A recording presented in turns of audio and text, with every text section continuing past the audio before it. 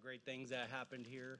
I tell all the young deputies, as much as some kick and scream to come here, it's a great city and you can learn a lot, because some of those other busier stations, there's just too much going on for you to learn fast. Here you can handle your own investigations, you can spend a little more time with the public on calls for service, so which means less complaints for supervision when they get a little better service, because the deputies have time, because it is a good city and you guys are amazing. You guys have always been supportive, which is great, you know, because not every community has that. You know, they're battling with their city council for whatever reasons. You guys have always been great at every single event, and I've, you know, had run-ins with all of you. That's been amazing. So lack of better terms, it sucks that I'm leaving, but I do hope to come back because I love this place. Yeah.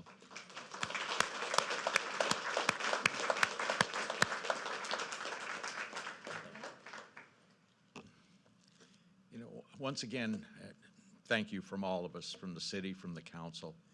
Would you all come forward here? And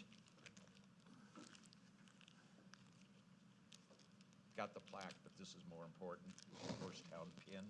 It's one of a kind. Laugh at one of my jokes, please. Jessica. Still gonna be coming back doing stuff.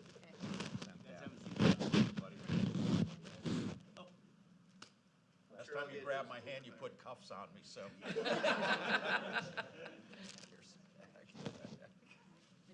Trust me, I put it in their ear when they need coverage for stuff, call me. So I have Thursday, Friday, Saturdays off.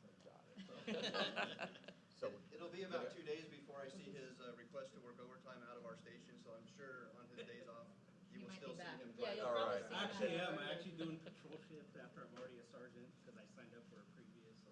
I'll let you go It won't first be so the they're last not one. staring at you. Officially We'll every- get you back. Got it. Let's get Group photo. Let me get to the side here. I can't see. In there, Greg. Okay. Here, you stay there, I'll go here. There you go. There you go. Don't Got move. y'all now. Right here first and then 1, 2, 3. Okay, gotcha. All right, hold on 1 second. Ready. Hold on. Thank you. Thank you again. See you later, bud. Okay, we'll see you around. Thank you. Good guy.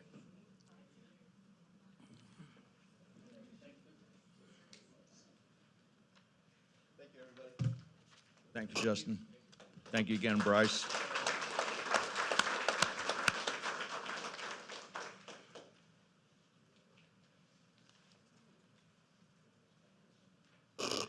Okay. Let's move forward on city council reports for regional boards. And we're going to start with Member Bash. I do have one little thing to report. All of my meetings were dark, WRCOG, Riverside Conservation Authority, Cal Cities. It was all dark this month. I did want to, council is going to be receiving, we have finally notified the State Historic Preservation Officer that it's our view per our new attorney that the Naval Hospital era and Navy Lab era should have been placed on the National Register in late 2018, early 2019. So she received that initial, just to let her know, because she's been supportive, and a more massive letter will be sent out by the attorney. They missed their statutory timeline to comment. They had 45 days. The keeper had 45 days and actually notified us 4 years later. So we're going to go ahead and press that issue so we can now kind of let people know that's happening. And that's all I have. Thank you, Kevin.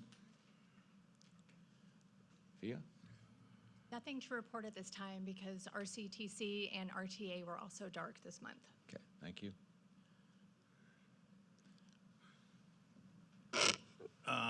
Same thing, but I gotta say one thing. The Norco Cowgirls went on a road trip to Maui. That's where I was, and one of our Horse Week queens. And it was such a pleasure. They did awesome. Everybody loved them. But the one thing I do have to mention, the pilot, when they give the announce of the wind speed, what the weather's like coming down. He went out of his way to said we have royalty on the plane, and we have Horse Week Queen on our plane with the Norco Cowgirls, and the whole plane was cheering and telling them thank you, because we all went on with our cowboy hats. And the other thing is the stewardess got in and says, we're gonna let royalty off the plane first. And if you always sit in the back of the plane like we do, because we get the cheapest tickets, it was nice, and they were clapping as we left. And I just want to report that because everybody we ran into loved us. And there was people that were in the stands from Norco and people from Eastville, so it was really cool. So thank you. Good. Robin? Nothing to report at this time. Thank you, Mr. Mayor. Thank you. July 3rd, beginning of the month, we had our monthly Chino Basin Desalter Authority Board of Directors meeting. We had entered, and Colin, I think I should have probably shared some of this information. We all filed a joint lawsuit against 3M, part of a big class action. And so we're now at the point of learning about what our awards will be from that lawsuit. So it's, right now the math is being done as far as what percentages are going to be paid out by 3M. I think there's 4 other smaller companies, but this is all in contaminations from PFAS, and I won't even attempt to say the full word unless you can do it, Sam. I can't either, so that's how we'll leave it. So anyway, so that's good news on the class action suit. And with that, that'll end my regional report. And we'll move into public comments. Will the city clerk, do we have any public comments? Yes, Mayor. This is a time when persons wishing to address the presiding governmental body regarding the consent calendar or matters not on the agenda may be heard. Please limit comments to 3 minutes or less. The governmental body shall not discuss or act relative to any general public comment. Our first speaker is Jeff Soulsby.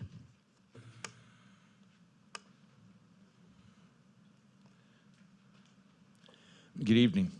Good evening, Mr. Mayor, members of the council, city staff. I wanted to just come by and introduce myself. My name is Jeffrey Soulsby. I have recently joined the Government Relations and Community Relations team at the Brevity Group. As you know, we're currently working with the city on the Norco Valley Square project. I've previously worked in Riverside County as a senior advisor for Congressman Darrell Issa, and earlier in my career as chief of staff for former Assemblyman Todd Spitzer when he represented Corona and Norco. Sure. Yep, there you go. Would you like me to start over? I only No, need we a quick got it. minute. Yeah. My name's Jeff Soulsby. It's nice to meet you all. I just wanted to reach out and put a face with a name.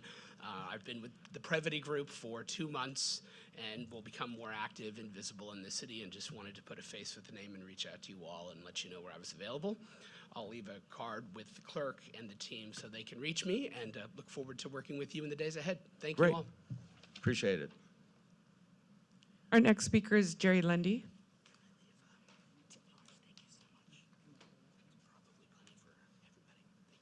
Thank you.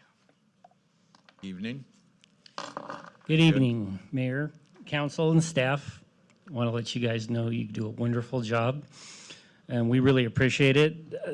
I came up here this evening to talk about an issue we're having, and I brought Exhibit A.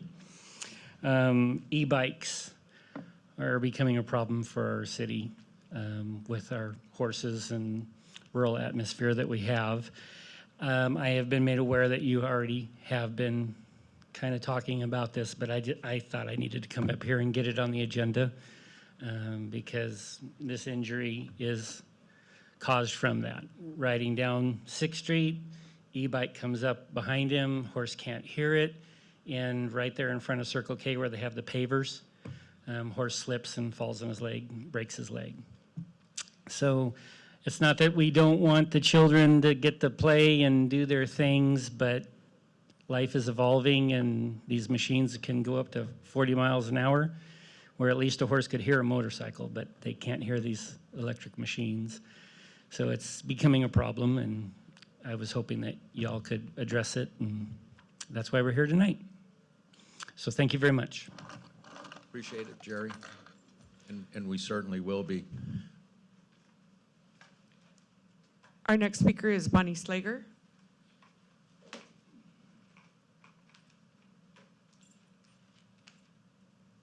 Evening, Bonnie. Good evening, everybody. Just wanted to remind you that it's almost fair time. The fair buttons are now on sale at stores along 6th Street and Hamner. Fair buttons are $15 each in the store ahead of time, $20 if you wait to the gate. So that's the same price as last year. The one cost that is increasing is we decided to increase the cost of parking to $20 a car. I realize that's kind of expensive for this town, but the fair attracts so many people that by charging more for parking, we're hoping that more people will carpool and not come one per car. And so we thought maybe if we charge more for parking, people would think more about carpooling that weekend. So get your fair buttons. I'll bring them with me next meeting. Thank you. Thank you. And the next speaker is Richard Gregory.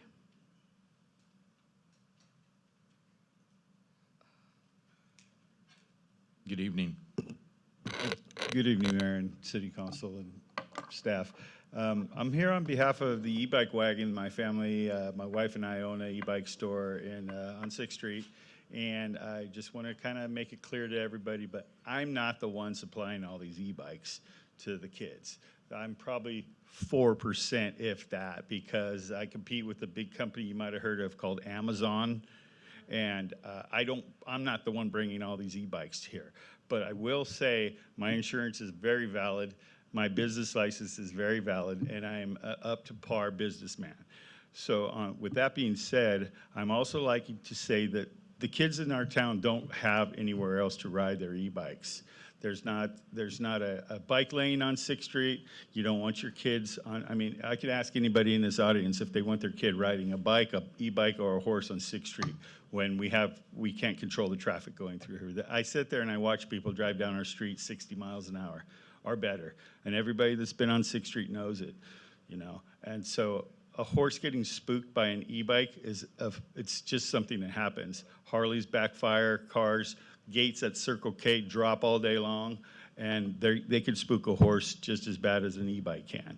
So what I'm saying is, on behalf of my family business, we are not the ones supplying all these e-bikes. The only e-bikes that we sell at our store are street legal. Every kid is checked out on that e-bike, and helmets are definitely suggested to every kid.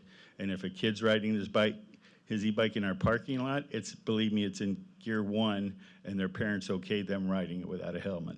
It's not me telling them to not ride it with a helmet. With that, thank you. Thank you.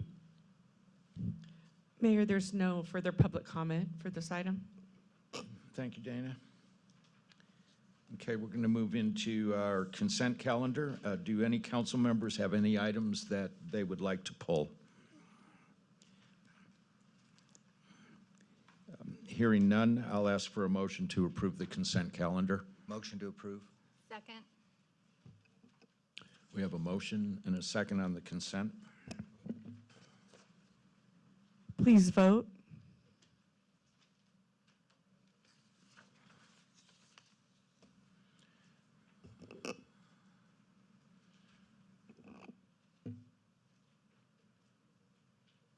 Councilmember Grundmeyer, your vote? Yes. Thank you. Motion passes unanimous. Madam Clerk, since somebody is tele attending the meeting, I think I'd recommend a roll call vote if that's possible. Great, thank you.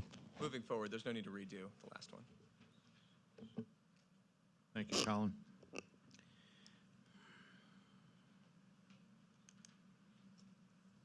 Okay, we're going to move into our public hearings.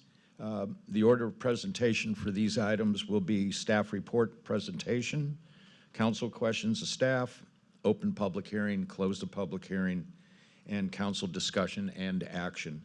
And our first item is item 5A, and I'm going to call upon our Deputy Fire Marshal, Michelle Starkey. Hi, Michelle. Good to see you again. Good evening, Mayor and Council. Before you, you have a staff report for the confirming the report of costs for spring and fall weed abatement for the fiscal year 24-25. There's Exhibit A, which identifies the 4 properties that were in non-compliance. Therefore, we had to send a contractor out to abate those properties. So we are asking to move forward with the lien process to recover costs for that. And I'm here if you have any questions. Does council have any questions? Hearing none, appreciate that. And I'm going to go ahead and open the public hearing. Do we have any comments? No Cards? public comments on this item, Mayor. Thank you. I'll close the public hearing and bring it back to council discussion and action.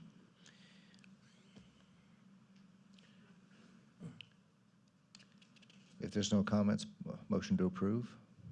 Okay. We have a motion and a second.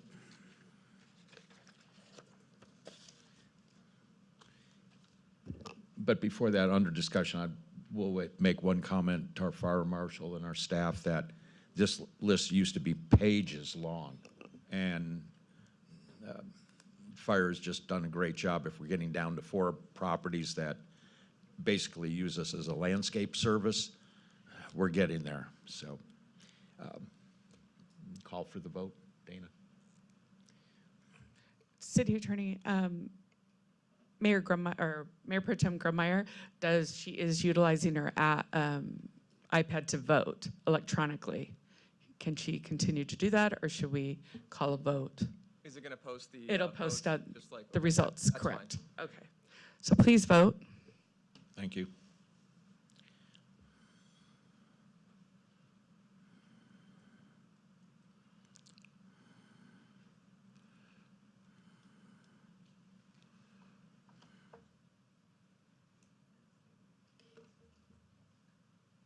Mayor Newton? Okay, we're good? Okay.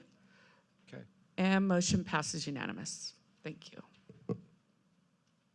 All right, item 5B, I'm going to call upon our Community Development Director, Alma. This is the Bluff Street annexation. Yes. Good evening, Mayor, members of the City Council. This agenda item 5B is a city-initiated annexation project. So to get into the presentation here, this is a city-initiated proposal to annex approximately 56.82 acres of unincorporated territory north of Bluff Street and west of River Road. So the project site basically consists of 24 properties. Right now in the county, under the county jurisdiction, 2 of the properties, and I'm going to point them out over here on this map here, this one and this little one here, have a conservation land use designation and a W1, a watercourse watershed conservation zoning designation.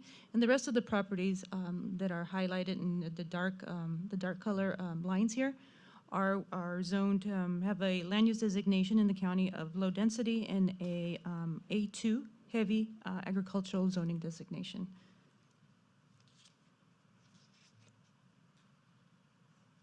So what is before the council today, as I indicated, is an annexation project, and that consists of 3 different resolutions that need to be adopted should the council determine to approve this annexation. So first of all, we have a resolution to authorize that the application be submitted to LAFCO to move forward with the annexation, and that's for annexation 27.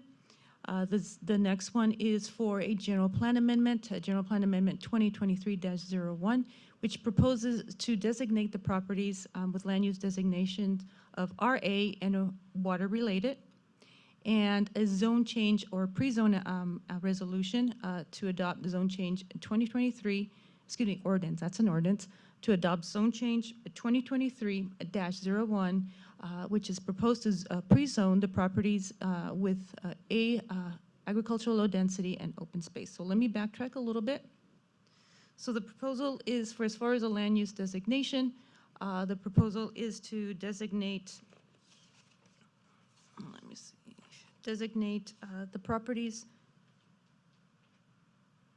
This one in that one there with a land use designation of water-related and a zoning designation of OS. And the remainder of the properties with an RA land use designation, which is the properties that are developed with residential, RA a land use designation, and a A120 zoning designation.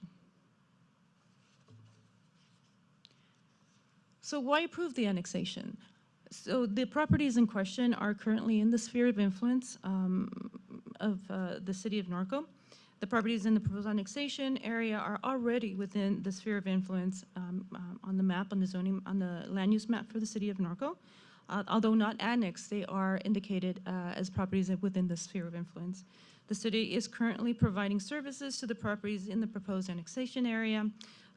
All the properties that have homes are currently connected to the city water service system, and 6 of the homes are connected to the city sewer system.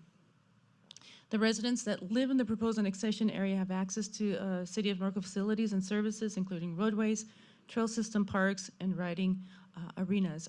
These residents are also eligible for discounted rates, resident rates for recreational programs through the City of Norco. In terms of a property comparison, if the proposed properties are annexed, a percentage of the property tax revenue will go to the City of Norco instead of the County of Riverside.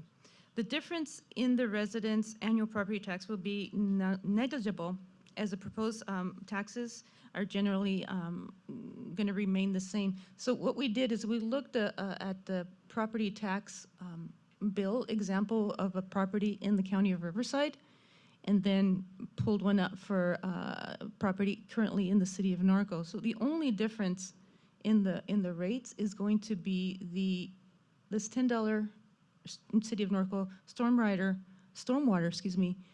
assessment that is not currently in the existing property tax example that we have here before you.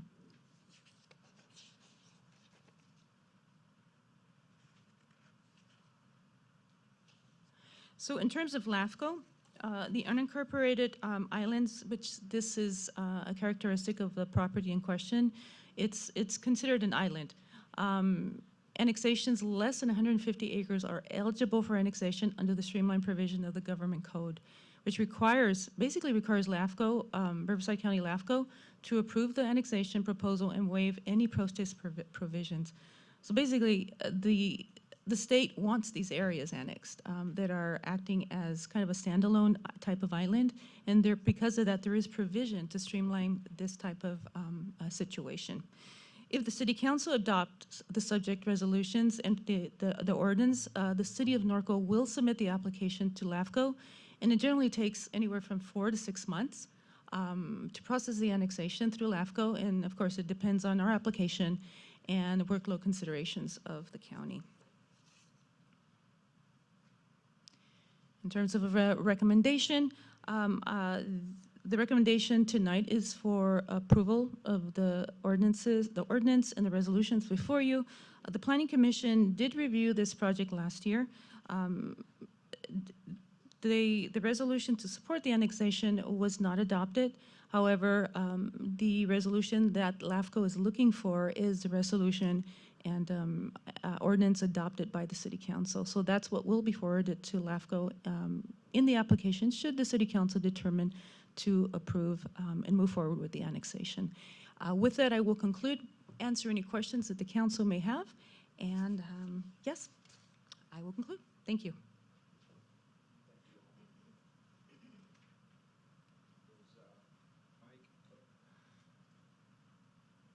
Thank you, Jeff. Do any council members have any specific questions of staff? Kevin. Alma, the way it stands right now, in Norco, currently we are exempt from SB 9 and 10. Are these properties exempt from those? They will be, once annexed. But right now, they're not. Correct. And SB 9 is what? Can you describe what SB 9 is? SB 9 basically what it allows you to do is to subdivide your property in two, and allows you to develop, additional residences depending on. And it's by right? Yes. Yes. So in other words, you have your home. Somebody can purchase the home, purchase the property. They could then break off an Yes. ADU and sell that separately, and the neighbors will have no say over that, correct? That's correct. And then SB 10, SB 10, Colin, I'm gonna have him help me out with that, with the logistics of the legality. SB 10 is it's basically the residential apartment law. SB 10 is, we still as a city have the ability to say no to SB 10 we projects. do, but the county, does not have that right, correct? I'm not sure if the county's exercised it or not. Each public agency has a decision of whether to allow SB 10 projects. We know that we're so far, the path and pattern has been that the city council does not want SB 10 projects. It would allow somebody to put a 10-unit apartment complex on a residential property. I haven't heard anything in this city that that's something that anybody's interested in. Well, no, Don't know what the I'm county more would do. referring to what's currently in existence in the county. The city, we're sort of an anomaly within the entire state of California because currently we have a historic district, and we're currently creating a landmark district. We also are in the process eventually of creating an equestrian district, which would protect all property owners in the A1 zoning, that they would be protected from those things. The city is unique on SB 9. The landmark district protects against SB 9. Right. That's the lot fourplex law. You can split it and put a duplex on each. Your neighbor can do it. The city has no say unless you do something like Norco did, which is adopt a historic district. We are unique in that fact.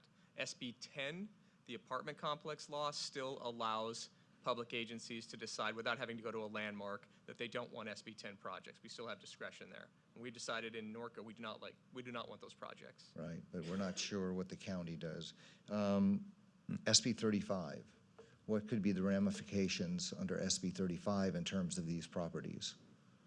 Currently, we have a large apartment complex coming in. Is that too difficult a question? Are they, as they stand right now, as an unincorporated portion of the county, do they have some of the protections in terms of architectural, those things that we have and are implementing and putting in place? My belief is that SB 35 applies more to multifamily, but I'd have to check on that. So would they be able to build apartments or anything on those properties? Should they buy one? I believe these are residential properties, but again, I'd have to check the SB 35 I'm just curious about, because there's a lot of protections that we have within Norco that the county does not have, that other cities don't have. The biggest one is SB 9. The big properties in Norco, the big properties on Bluff Avenue are prime property for a developer to come in and turn it into a fourplex. That's exactly the kind of properties they're looking for, is to take it, split it into, and put a duplex on each. All of a sudden, all the residents on that street now have a mini apartment building right next to them that if it was Norco, that wouldn't be allowed to happen. Okay, and then to Sam, the city put in that street, although half the street's that's county property, so we don't touch that. But my understanding is that when we put in the houses on the other side, did we put in laterals pointing toward the direction of the unincorporated land? Do they have laterals in those sewer? I'm not sure, I have to check, but usually when they put those in, they would put the laterals in for future connection. Okay, so it's likely there's laterals there that we put in. Kevin? Yeah, If I could comment to that, please. At present, when that sewer line was put in, there were no laterals to those properties. Okay? That's all I have at the moment. Thank you. Mia, any questions? Councilmember Bowen?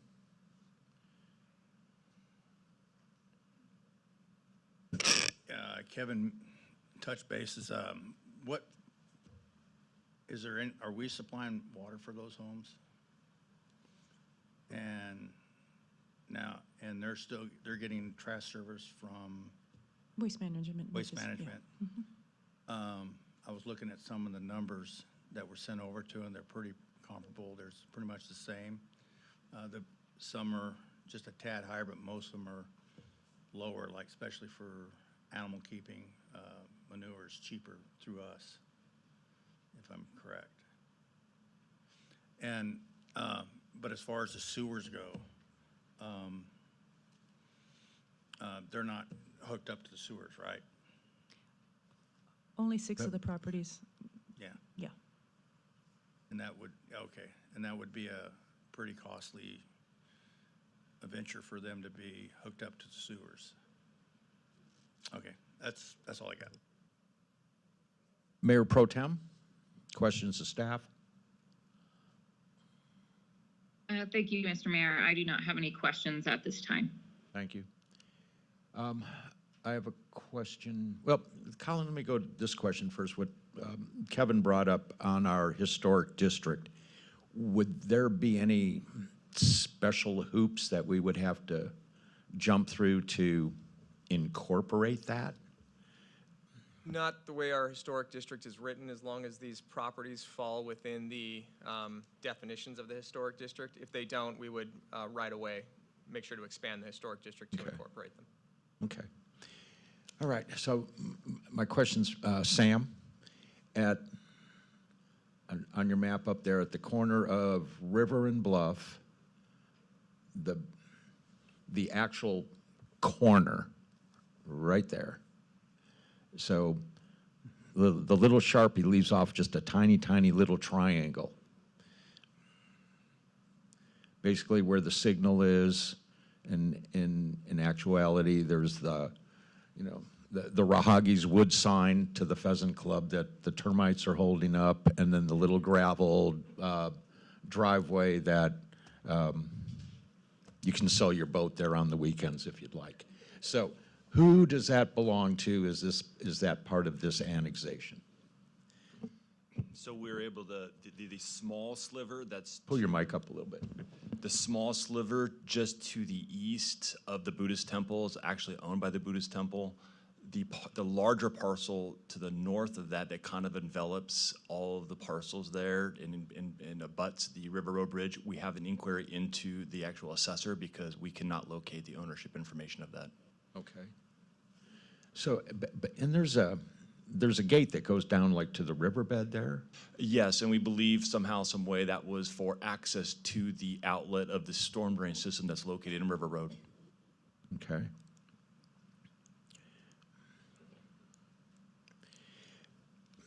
So I'm kind of curious that, with this action one way or the other, what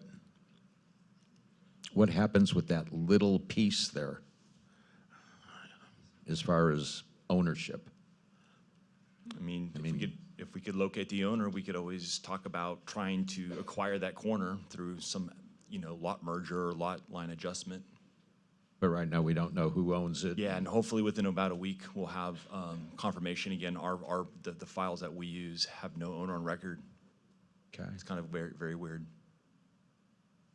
Nothing would have shown up with the signalization there, and got a traffic signal there. Oh, that traffic signal is in the city of Norco right away. Okay. It just, as you veer off maybe 20 feet to the southwest and to the northwest, you get into that weird parcel. Okay. All right. Just something I was wondering about. Any other questions? Hearing none. I'm going to go ahead and open the public hearing.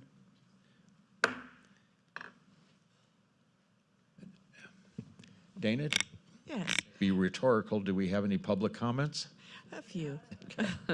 And Mayor, I'd just like to let the council know that we did receive signed petitions in opposition for the Bluff Street annexation number 27, General Plan 2023-01 and Zone Change 2023-01 from 20 of the affected property owners. And that'll be submitted into the public record. Okay. Our first speaker is Roger Vanderlyn.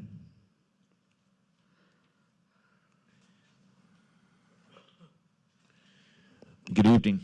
Good evening. Thank you for the opportunity to address the City Council. My name is Roger Vanderlyn. I live on Bluff Street, and I have for 40 years. I am in opposition to the annexation. Our little community has been intact for over 65 years, and we like our independence. As previously noted, we already receive services from Riverside County Fire, Police, EMT, and Waste Management. We want to keep our community intact, and even though it has been identified some of the reasons why we're being picked for annexation, I would like to better understand why and whether we have a say in that annexation. Thank you. Our next speaker is Lynette Paisley.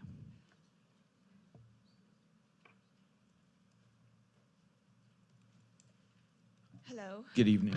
Good evening, and thank you for your time.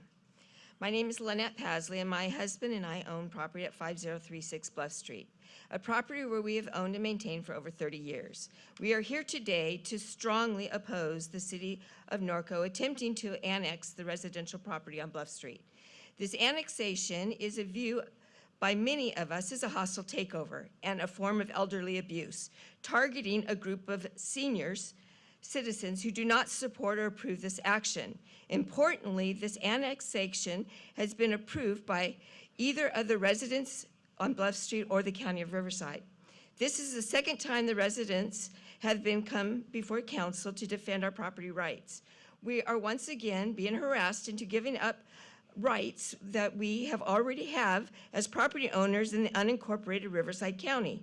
We view this as a hostile takeover driven by the city and its leadership to absorb Bluff Street without offering any meaningful benefits to the residents.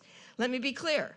We already pay for nearly every essential service: trash service, city of water at Norco rates, sewer for those that are on sewer, not on septic, utility bills with contributions for the emergency service, EMT, fire, and etc. Annexation offers us nothing new, but it does come with amended burdens. If this is if the annexation proceeds, we will face higher property taxes due to the city's specification, assessment, and bonds, loss of the land use flexibility due to the city's regulations, more government overreach without need of benefits. While the foundational property tax rate in Norco are influenced by the Riverside County policies, properties within the city limit are subject to additional local tax and assessment, resulting in significantly high tax bills that more than the unincorporated areas. In California, elder abuse is defined as mistreatment. I believe that a hostile takeover, financial hardship, and mental suffering would qualify under this definition. We are asking today for you to respect our rights, our voices, and our history as longstanding property owners. We urge you to withdraw any annexation plan involving Bluff Street and allow us to continue living in peace under the jurisdiction of Riverside County. We are prepared to work together toward a resolution, but if forced, we will take our opposition public and pursue other legal and protocol avenues to protect our rights and our property. We respectfully request that you stop this process now before it causes any further harm, division, or public backlash. Thank you. Thank you. Our next speaker is Ray Kearney.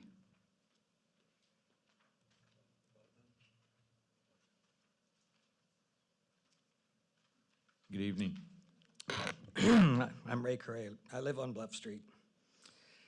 So, and I'm not a public speaker, so I have to read this. Yet, look around here tonight. All these old people. This is Block 77. A lot of these folks were here before the stoplights, track homes, the new bridge. They were here as the pioneers of that community. The services mentioned here tonight evolved out to them. They were there as an island before. As they built their homes and improved their properties, they created relationships with the county and each other. And I have only lived there for 10 years. I'm a newcomer to this group, this family. I'm up here tonight to speak on behalf of our community, my neighbors, who are 100% united in opposition of this annexation. The stack of paper sheets have there covers 100% of the residents on that list.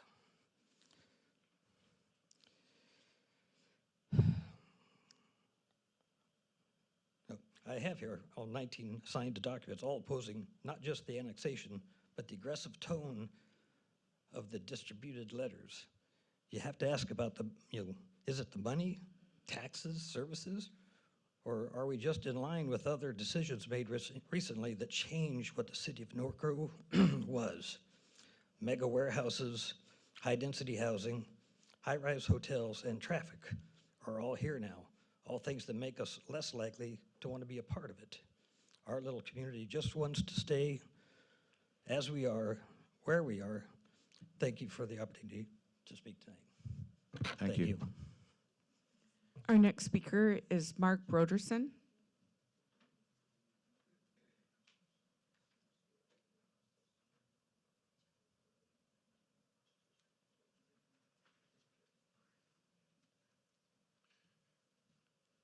Good evening. Good evening, everybody. I'm the new guy on the block, so I thought I had plenty of time to write something down, but I didn't want to write anything down because I wanted it to come from my heart. I found my house.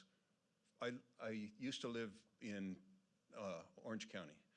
I moved from Orange County by finding my house, coming out here to retire, get away from but growing up in Southern California, the cattle out here and all this, I mean, I'm familiar with this whole area, so it's not like I went very far, but I found this on Google Earth. I said, what's this big green area out here?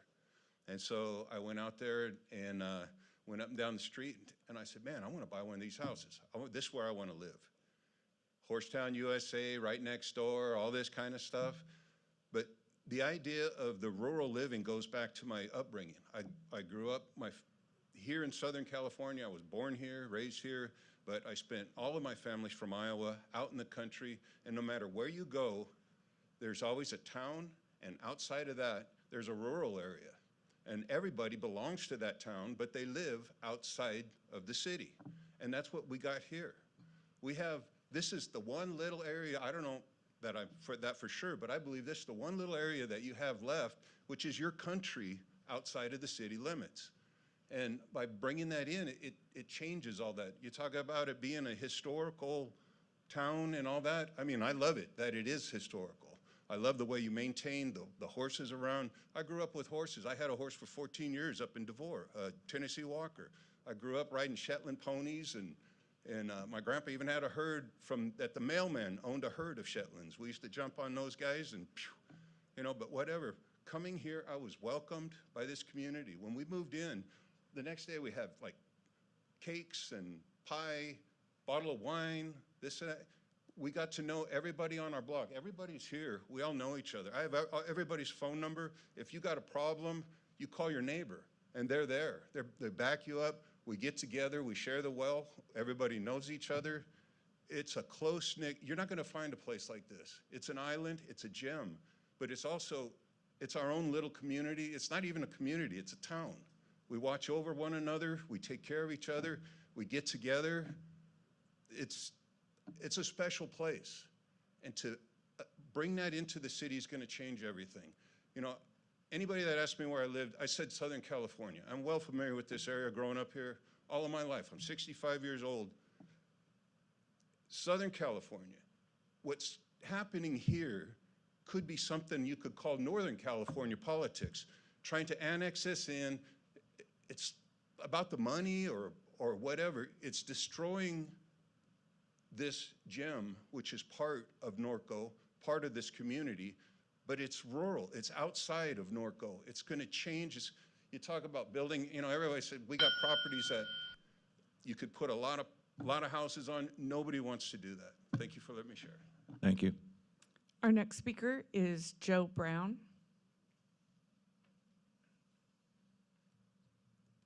Good evening. Hi, I am Joe Brown, and the mayor and council people and staff.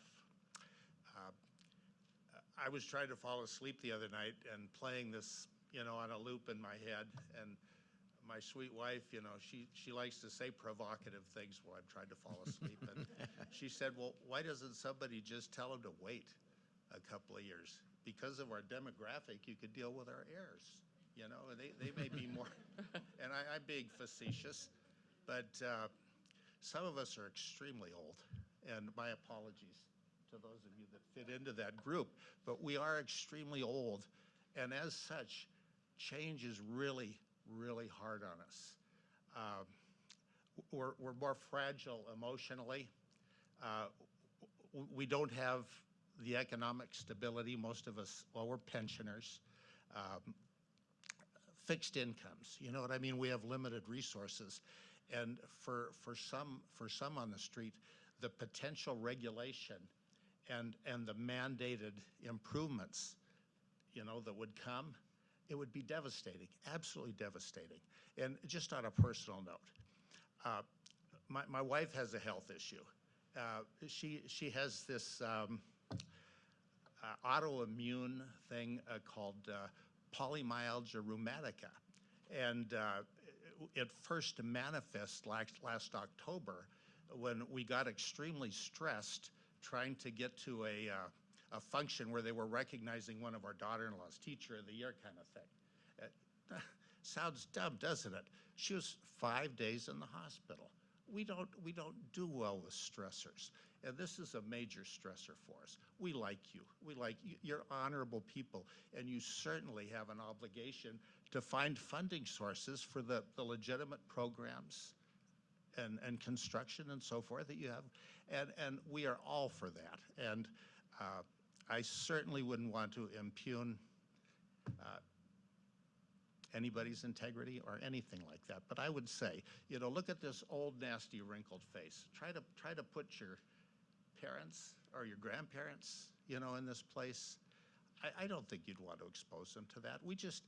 We really, great numbers. I mean, yes, you've seen a couple of the attractive younger people. They're just barely getting Social Security. Some of us are extremely old. 1 foot in the grave, 1 foot on a banana peel. You know, this just is not the time for this. It's just not worth it. So we'd appeal to you. Think about this, would you? Thank you so much. Thank you. And our next speaker is Master Tam Lung, and he will have a interpreter with him also.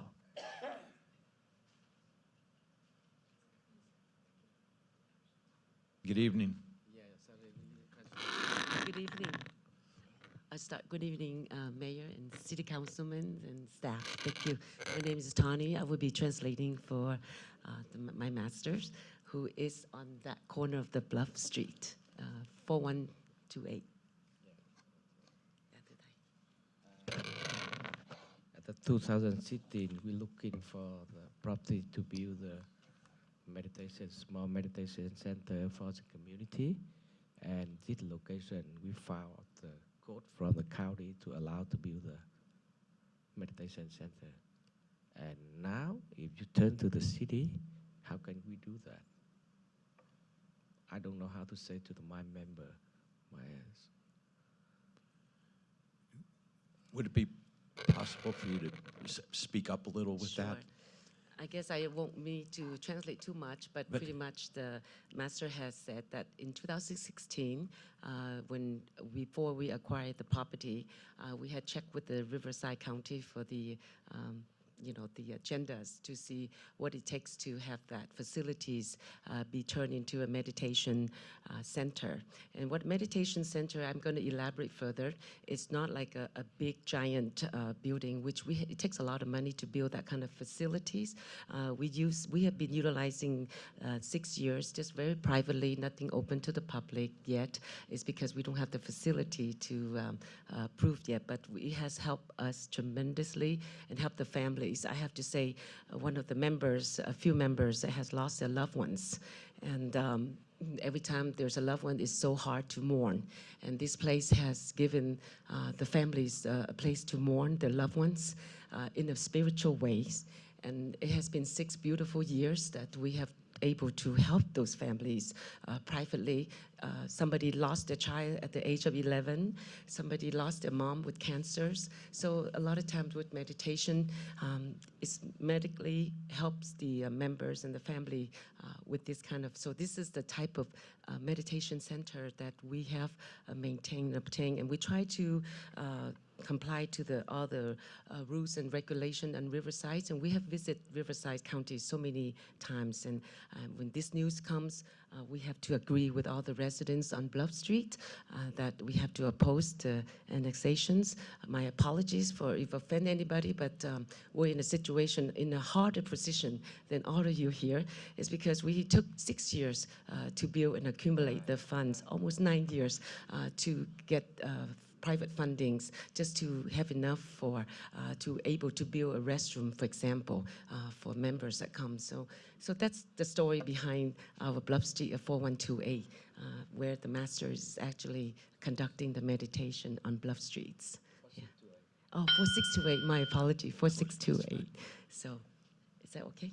I guess our time is up, but thank you for the opportunity. Thank you for a wonderful community. We hope we can be part of that beautiful community to service and to provide back and to give back to Norco. And it is a wonderful city. It's beautiful. I came from Vietnam, and being an immigrant to the United States, a land of opportunities, I've always very positive to change, but certain things that if it's not broken, let's not change. Okay, well, thank you very much, and good evening to everyone. Thank you.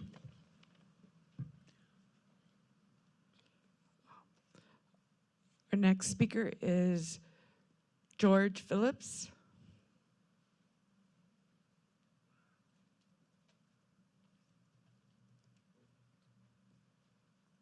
Good evening. Everybody. My wife and I have lived here since 1979. We bought the house brand new. We developed it now to it's about 10 times bigger than it was.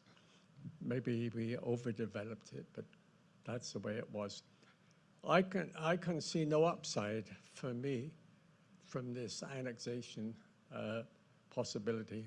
I mean, I don't know about the taxes that the city might imply over and above the taxes we pay on the Proposition 13.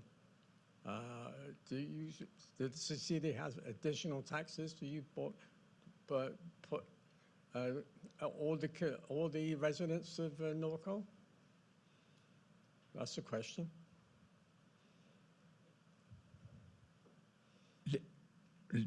As this is comments, we can address your question after all the comments, which we'll do, but I can't engage individually with each speaker. Okay, is there anybody else who can engage maybe? You have attorneys?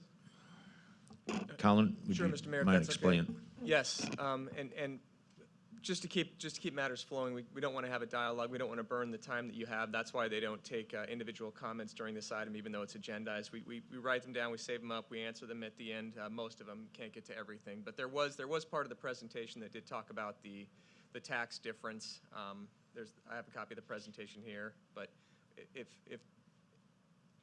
any comments that the council wants us to respond to, we're happy to do after everybody goes, but just to keep things running, we try to not dialogue during the public comment period. And I've taken a bunch of your time, and I apologize for that.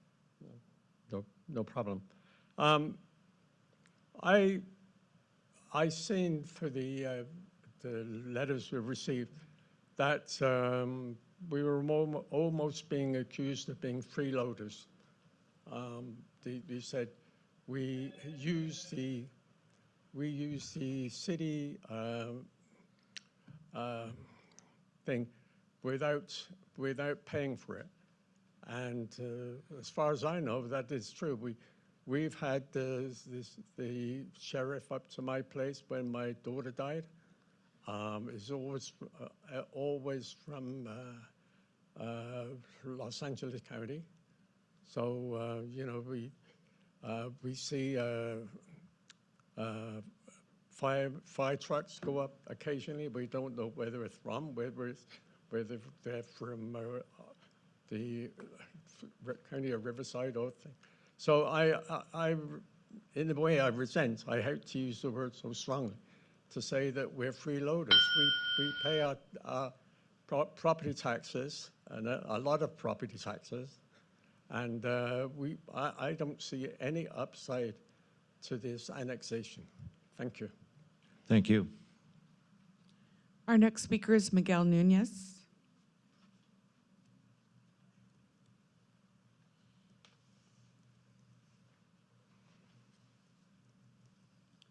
Good evening. Good evening. My name is Miguel Nunez, and hello, everybody.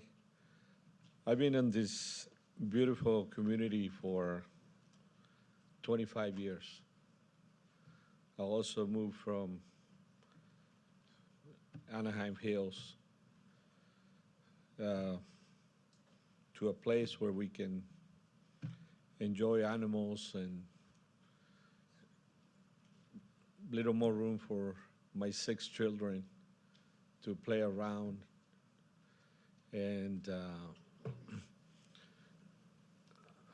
have a more basic type of life, not just arcades and malls, and more simple life. Are you opposed to the annexation? Just with a few things that I've been experiencing from the letters that got sent to us, it makes it look like we're taking advantage of the city when we're really not.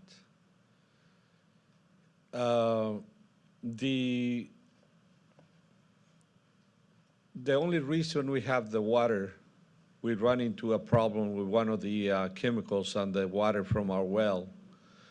And we basically, the state made the limits so hard that we will need to put almost $1 million in filtration system to keep our water. But at the time, there was my turn to hook up to the city. The city found out that they had no easement in front of my property, which is like 250 feet long. And they sent me a letter where they gave me no choice but to give up the whole part of front of my house or no connection. So basically, like, blackmailing me, you either give it up or you can't connect to the water. So it's not like a free thing or a good act of fate, you know, that was done to give us the water. We pay dearly for it. We pay for the connection, and it wasn't a gift. I really love Norco. I love the people, the community, but I would love to keep my house in my area with the county like it is now. Thank you all. Thank you. Our next speaker is Mary Roberts.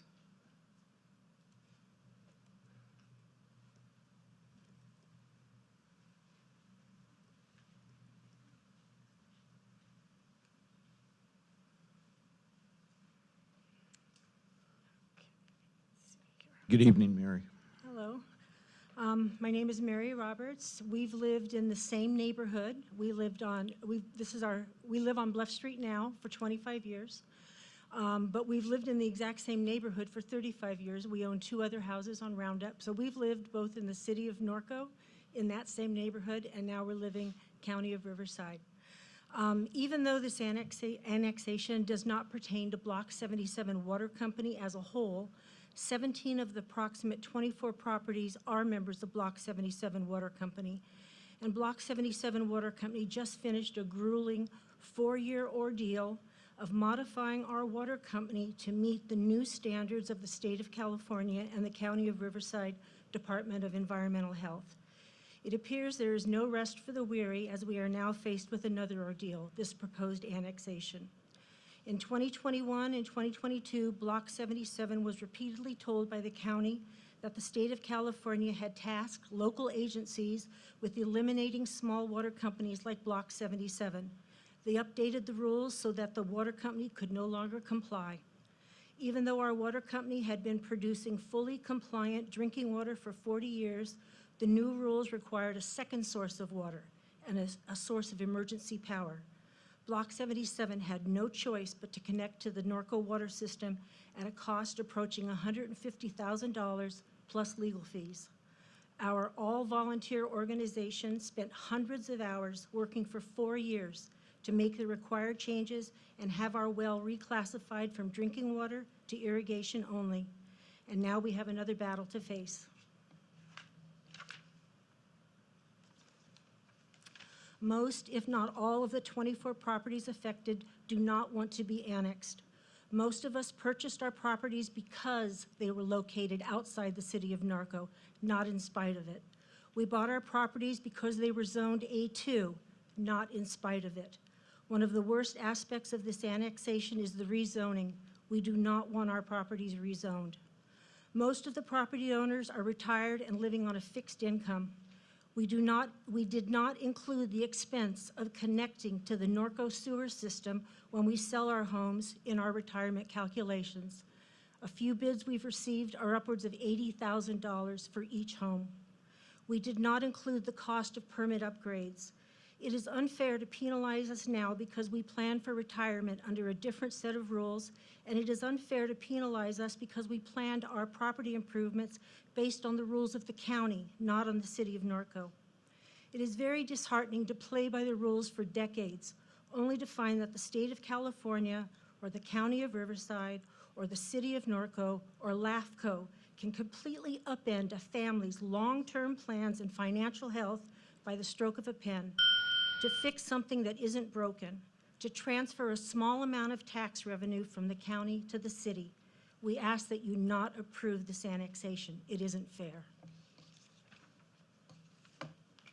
Mayor, I have no Thank further you. public comments. Thank you, Dana.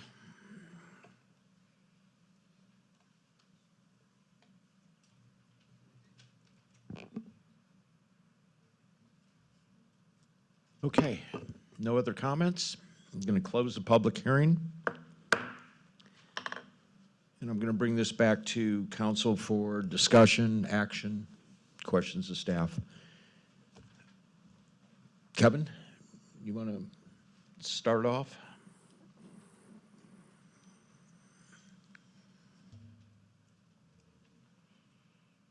Or we can come back to you, whatever you No, like. that's all right. All right.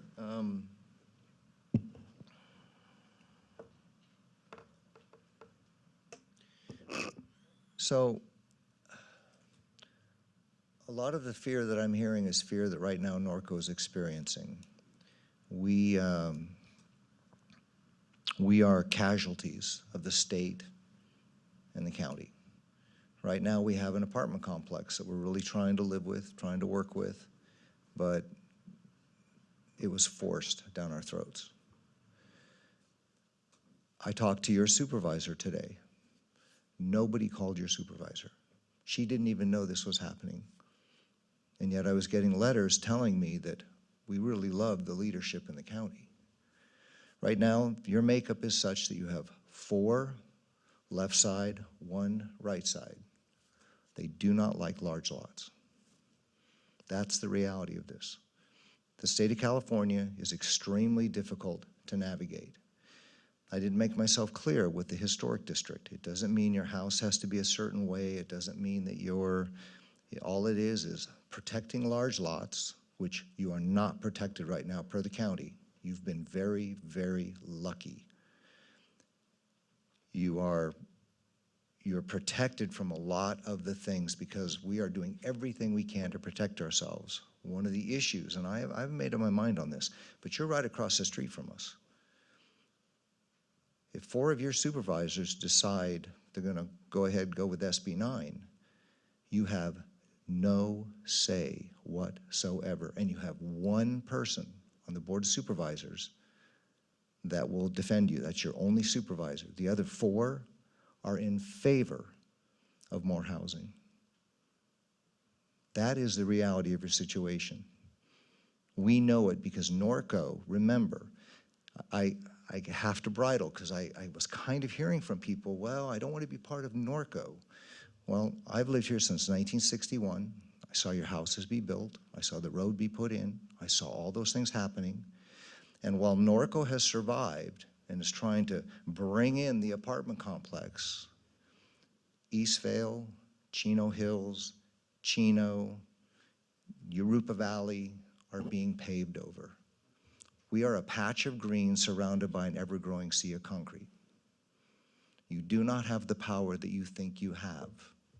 You just don't. We live it. And part of the reason that Norco has stayed the way it's stayed is because you've had a small group of people that have fought like hell, not just for Norco, but for you too. That's who you're talking to. You're talking to several council people that literally have given decades to protect the large lots in Norco, your large lots. So one of your battles with Block 77 water, we're dealing with that all the time. Sam, right now, we're dealing with that. But we fight for it. You don't have those people to fight. Yeah, you'll have staffers, but you don't have the elected officials that are going to fight for you because they're in districts. You have a District 2 supervisor, one person out of 5 people. And so part of what drives this for me is the 5 of us, we're not districts yet. People are trying to make us do that. But you have 5 people that will fight for you and respectfully have been fighting for you. You're part of Norco. You do not have that. The county at any time can pull the rug out from under you.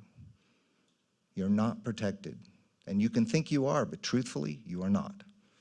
So I know that we can't, unfortunately, can't answer questions. So the state and the county, right now the state has a super majority. They want you out of your cars. They want to build, they want to rack and pack you. They want to put you in apartments. And that's just a fact. We fight it every single day. I've been in council 16 years. There's never been anything like this. Some of the housing laws coming down the pike are unbelievable. It will not affect your center. Nobody's going after your center. You have the total right. You would be grandfathered in, I'm totally sure.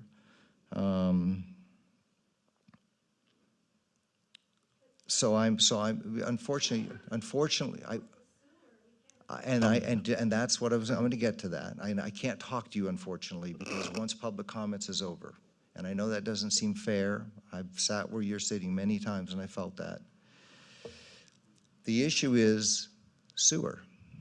The truth of the matter is that's what this all comes down to. I have just told you the truth. But what it is you cannot, in your minds, you cannot afford the sewer. So I have to look at you're in Norco. I have no ability to protect you. None. I can't even fix your street on your side. Now, you guys were forced to go to water. I get that. But you're using all the stuff in Norco. I don't like the term that you're freeloaders because I don't feel that way. I know many of you. I know this will be a hardship. But before a decision is made, the primary issue is sewer. Now, if a VA loan or one of these others, there's certain things that will kick that in. You're going to have to do it.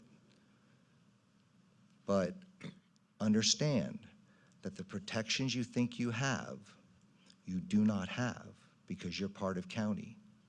And it really bothered me when I talked to Karen Spiegel, your lone representative in your district, who knew nothing about this. Nobody called her. And she's your only rep. And nobody, I'm assuming, nobody called the other 4 supervisors, which extends all the way out into the desert, Palm Springs. It's all of, I mean, it's a huge area in the county. So I have a real dilemma. You're part of Norco, and I could be looking at a situation, who never know, where all of a sudden somebody buys one of your properties and they begin to break them up. That's what I meant by SB 9. It's not fair. You can own a piece of property, somebody buys your property, they build an accessory dwelling unit, which is a living unit, and they can literally break it off and sell it separately from your property. That's the law you are under right now, not in Norco. And what's really nice about it is it never goes before the supervisors. It is a total ministerial. That means somebody can come in, one of your neighbors, and they can literally go to the county seat, go to the, whatever they're gonna go, planning department, and just ministerially, it has to be approved. Your neighbors have nothing to say about it.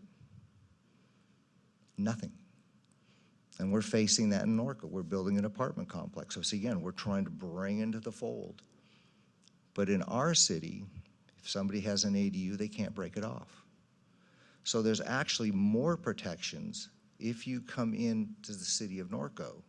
So one gentleman, and who I respect a lot, I've known him a long time, there's actually a whole bunch of benefits that would happen if Norco decided to annex you. And so I want to make sure before any decisions are made that you understand it's a whole different world between a municipality. Remember, we became a municipality because Riverside and Corona were trying to annex huge swaths of Norco. They wanted to annex everything west of Hamner Avenue. And that's why we became a city. So your arguments run very deep in me because I was here when that happened. My parents were involved in all that. But they fought. They understood that within a municipality, there's certain protections. And being right across the street from Norco, we are dealing with a whole group of people that we have no control. And you have one representative. So I just, as we make the decision, I do have a question for Sam. So what is this Block 77 water improvement? Do you know the history behind that? Yeah, they're a private water district that operates amongst most of those homes. And they were... Is it home ownership like we used to have in kind Norco? of a community ownership amongst themselves. But it was declared... They had the same issues. They were starting to get the PFAS. And they were, I believe, they were tasked with obtaining a secondary source of water under a certain time limit, or they would be, their well would be rendered non-potable. So that's why they went through with that. And was the county not able to supply water to them? No. Okay. And then I have one other question in terms of fire. So we just signed a pretty expensive contract in which we have the wildfire insurance plan. I think $78,000 or something like that, $78,000. That's a plan to ensure that we will have full total coverage in the event of a wildfire. We already have coverage, but in the event of a major event, we're right on the riverbed, you're right on the riverbed, Norco is now paying a huge amount of money so that not only where our local and our surrounding fire departments come in and help us, we will get state and federal, is that correct? I don't see our fire guys back there. But we're paying a lot of money, which also means we're protecting you.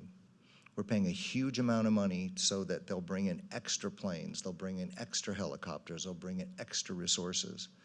So that's one of the things that we would totally support whether we annex you or not. But I just want people to understand, we're not out to hurt you. We're not out to, in fact, in a way, we're trying to protect you, but at the same time, we're trying to protect ourselves because you're right there. So there's just a whole bunch of things that I don't want to go into, a whole bunch, but there's just a lot of things that Norco gives you that we want to give you because whether you're with us or not, you're part of us. Yeah, but we're not able to engage with you. I'm actually giving you the answers. I mean, one of the things we'll be able to do is we'll be able to repair your road. We are the ones that supply police. We're the ones that supply fire, where you give the money to the county, but we're actually the ones that answer those service calls. So those are the kind of things that we are doing.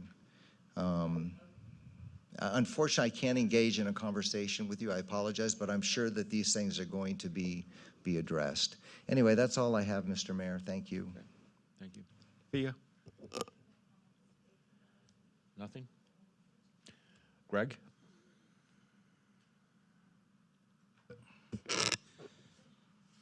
I've been listening to every one of you guys. and I'm pretty sure there's a lot more people that didn't come tonight that feel the same way you do. I don't know what the extra cost is going to be for the taxes if you do come. Maybe one of our people can answer that. I was reading a whole bunch of stuff, and I got caught up in certain things. And as far as the sewer goes, I know a lot about that. I used to do that, and putting it in the streets and all that stuff. And that's one thing, if I do decide to vote to annex you guys, we offered that back in the 80s to our residents back then. And if there's no lateral going to there, and that's one of my big pet peeves, why didn't the city back then didn't put one? I know why they didn't put yours, because you weren't part of the Norco. But now we're gonna make you part of Norco. And my feeling is, I don't think that should be a cost. Now, hooking it up to it, that's, everybody in Norco has to do that. You know, that's part of your closing cost when you close your house to sell it. But as far as putting a lateral in, I think the city should pay that. That's my thought. And as far as the water, you're already receiving water. Sam has made me aware of a lot of stuff that's coming down from the state as far as our water. And we're in partners with Corona and Eastville and all these other cities, because we're pretty much on the same water that you guys are on, because you get it from us. And that man over there fights tooth and nail. And our previous person, Chad, fought tooth and nail for that water. I sat in those meetings and listened to those guys go at it. And listening to them, looking 10, 15, 20 years out ahead, and seeing what we have for our sewer and water now, and it just makes me proud of the job they did. I know you're saying, well, I'm all for keeping business out, you know, government out of my affairs. I'm the first one. I hate them. But here I am. I'm sitting up here. But if I vote for it, it's going to be because the sewers are going to, laterals are going to be there for you. But I love this town, and listen to you guys, you love this town, and I would hope you would love to come with us. But I don't want to make it a big burden on you. I mean, I see elderly out, retired people out there. I'm 65 years old. I'm getting close to being retired, but I have a wife with expensive habits. But I feel you, and I don't want an extra burden for you. I want the transition to be smooth. I can't answer on the taxes because I don't know. But as far as the sewer goes, I will fight tooth and nail why I sit up here to make sure that the city puts the laterals in, but then you hook to our laterals. That's something that every citizen paid in Norco to do to start with. So it's not something we're asking you to do different than anybody else. I would just hope that you guys feel the way I do about Norco. And I just wish Norco was able to, years ago, back in '64, to annex everything, you know, Sky Country, all that stuff over there, because Norco offers so much more. We offer protection. And you being in county, Eastville decides, okay, we look at that property, we're going to annex all that property. They don't care. Corona looks over there and says, hey, we're going to annex that. It's wherever your property touches, and correct me if I'm wrong, they can annex you. And they have to have a reason to do it. And we have a reason, because some of your stuff we're supplying for you. But I really would love, I love this town to death. And I'm looking at you guys as out there, and you guys are Norco to me. I know you think county, yeah, but you have the same fight and drive we do. And, but I don't want to keep going on. But as far as, I can't answer the taxes, but as far as the sewers goes, that'd be something I'd be advocating that the city picks up the cost of hooking it up.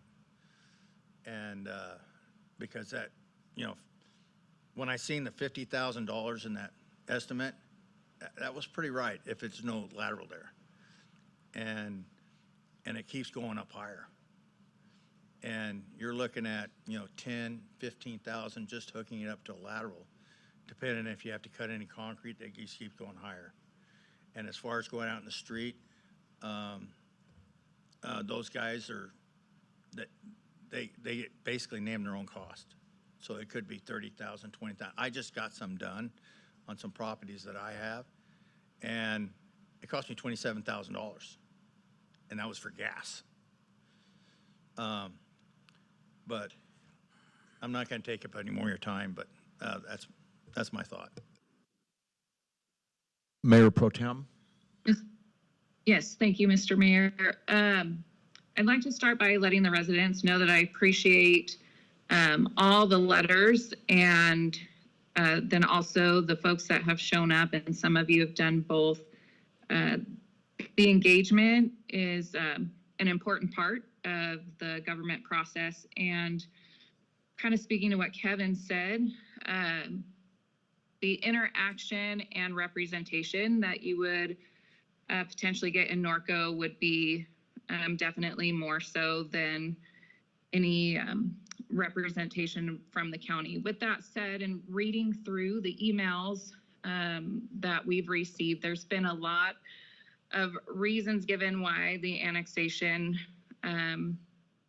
according to the residents, is not what they want. And Alma, if you still have the clicker, can you go back to that tax page for me, please, on your slide deck?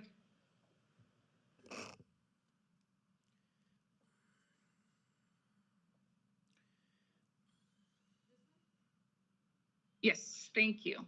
So I just want to be clear, and one of the speakers did mention this. The taxes would just be shifted from Riverside County to the city of Norco.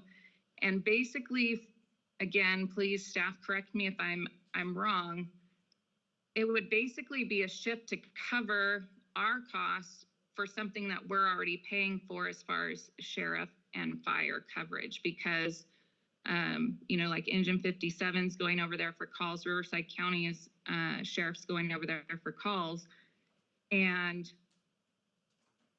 we pay for our contract. We don't pay for like a per call contract. But if our folks are the closest, that's who's going to respond to that area. So again, if staff can clarify, they should see really a negligible increase in their taxes other than the $10 for the stormwater. Is that correct? That is correct. The tax rate would be negligibly different. There'll be some shifts with some of the individual assessments being cycled on and off that are specifically tied to the county. And then we would shift to Norco's structures, but the overall net effect should be negligible. Okay, thank you, Joshua. Other items that have been brought up in discussion tonight and in the emails is that zoning would be incompatible should the annexation take place. Councilmember Bash has spoken to that. There's actually more protections, and with the A120 designation, that is residential agriculture. Other comments included incompatible land use. Again, as you're driving down Bluff Street, if you were a person not from Norco, you would not see two different communities. I think as you drive down Bluff, you see a community, and you guys have spoken to that this evening as well. And then,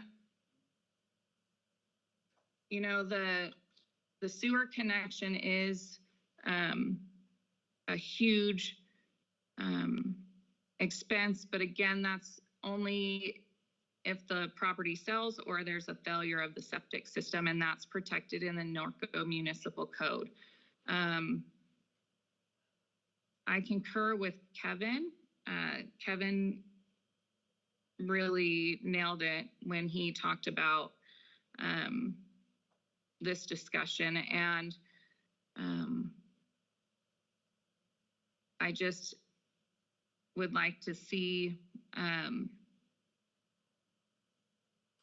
cohesiveness between the communities. As you know, clearly there's you guys are county right now and see yourselves as an island.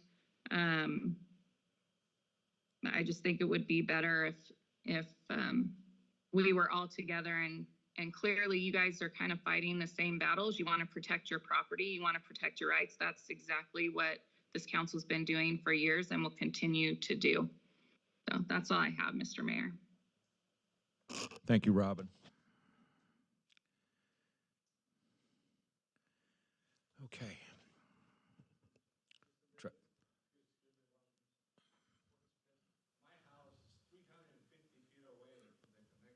Could you, let me make an exception. Only, could you come to the podium, please, so it can at least get on the tape? And I don't normally do this, and you know, it's easy to say the connection, but my particular house is 300 to 400 feet away from the connection. I cannot even imagine how much that will cost me. Thank you. Thank you.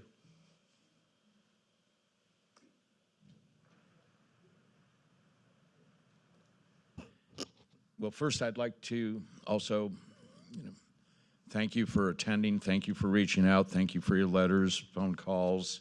I certainly do appreciate your involvement. In no particular order, I'd like to start with a couple of questions, if I may. Colin, back and forth to you. It was brought up about, Councilmember Bash brought it up about accessory building units.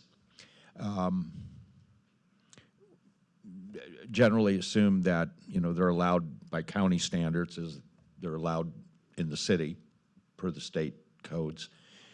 But we do have, if any of you residents care to, if you choose to build an ADU, my understanding would be that the city, we would not require them to hook up to sewer. If they have an existing sewer, they could use their existing sewer. If they have an existing septic and the capacity is adequate, they could connect to the existing septic. I believe that part, and Sam, you can jump into it, I believe that part to be true. But the water service would have to be a separate water meter water service for any accessory building development. Am I correct in For an ADU, that statement?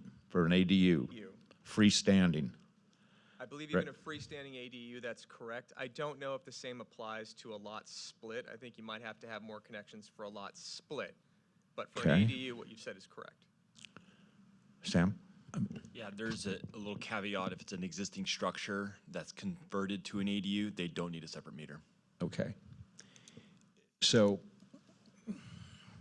and Alma, you can jump in on this however you want.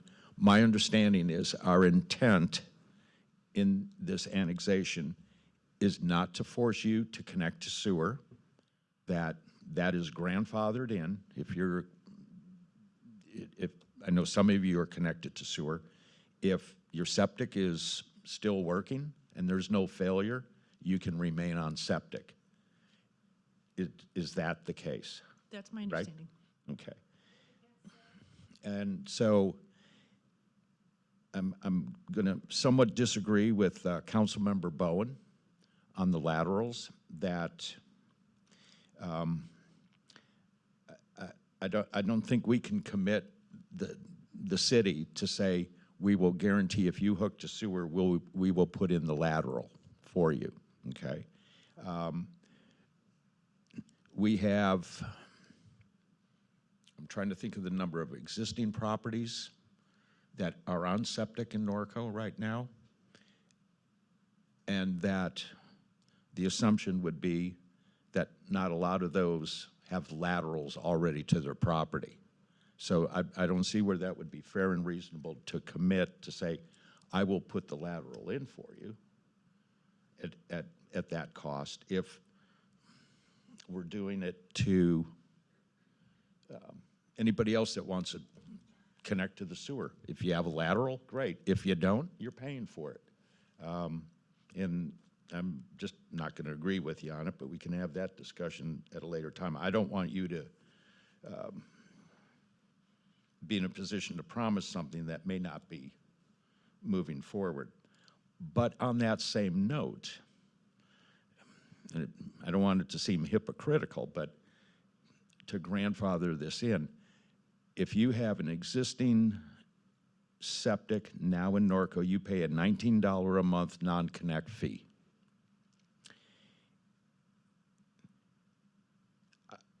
I think that since their septics are, the remaining ones would be grandfathered in, that this council should waive that if this passes and goes forward, that for the remaining homes that are on septic, that we waive the $19 a month non-connect fee for sewer. So, and I'm going to just jump down this line that,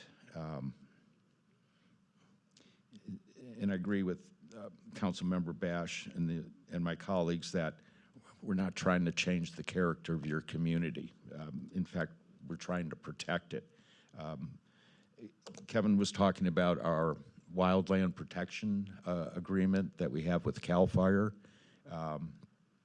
And what that basically does is just opens the door in case of an event that all resources are called out immediately and there's no cost burden to us. It's basically, like Kevin said, one big insurance policy, but that would then encompass that area of your properties and the bluff side there. But I don't know if that would affect our insurance because that area was blocked out then, right, in our total acreage? It was. We'd have to ask fire. Yeah. It seemed like the insurance was citywide.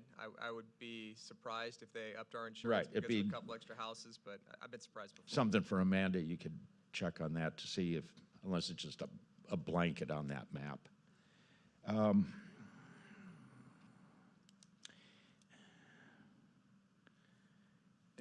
And Alma, this was brought up in regard to the temple, okay? I'm not sure if that's through the county, if that was conditionally approved or not. I just want to reassure those folks and all of us that that use is permitted. We're not looking to take that use away. It's grandfathered in. Grandfathered in, yes. And it's not our intent to Correct. That's correct. challenge anything with it. That's correct. Yes, that's correct. Okay, I want to make sure we got that.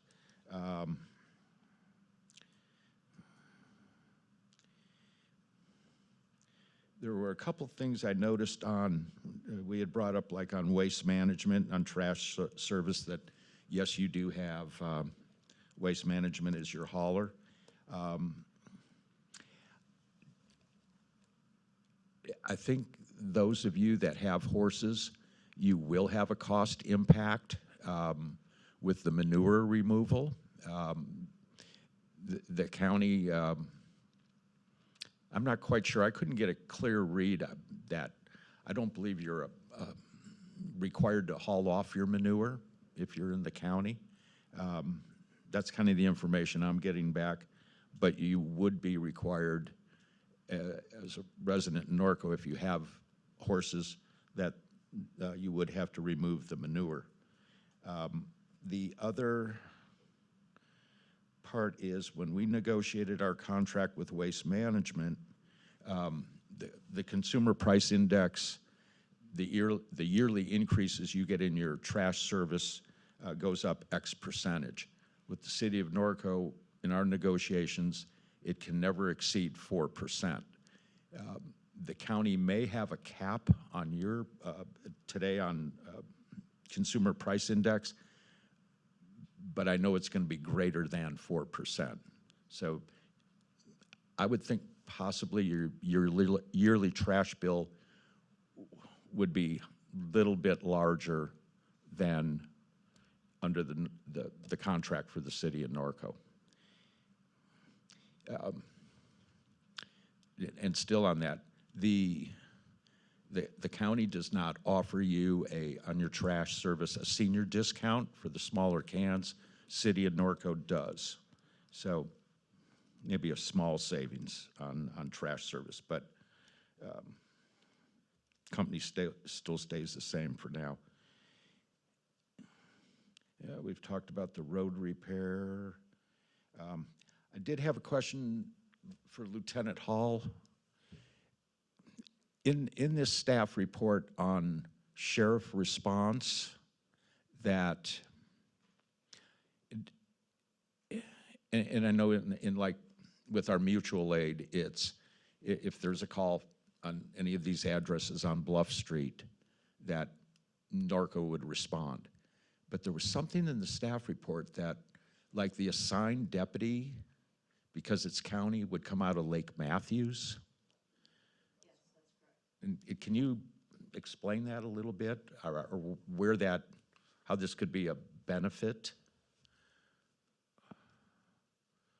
Or when would a deputy come out from Lake Matthews in lieu of Norco? Well, so they're covered by the county. So right. Lake Matthews Station took over, when Lake Matthews Station opened, it took over several parts of several different stations areas that are county areas. So where they live on Bluff Street used to be covered by the Harupa Valley Station. Mm-hmm. So same deputies essentially that cover Norco, Eastville, and Harupa, and then the county area of Harupa Valley would respond to Bluff Street up until about 3.5 years ago when Lake Matthews opened.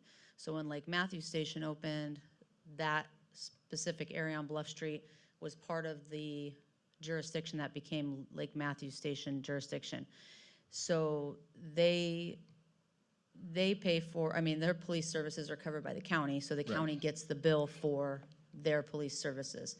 Since we're the same station or the same department, if there's a quick alarm call, which is a priority 2 call on Bluff Street at one of their houses, and one of the Norco deputies is like 2 minutes away and a Lake Matthews deputy is tied up, the Norco deputy could easily go handle an alarm call within like 5 minutes and save the time for the Lake Matthews.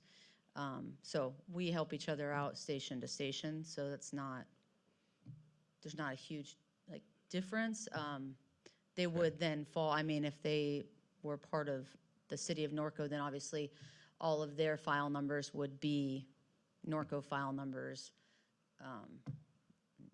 and such, but I don't know that I could describe a benefit either way for them. Well, I think it's more on response times. I mean, if there's... Yes, if there is going to be a better response time in general for Norco because it's a smaller city with less call volume and less area per se, but I mean, I don't know off the top of my head what Lake Matthews' response time is to their houses. Gotcha. All right. Thank you, Lieutenant.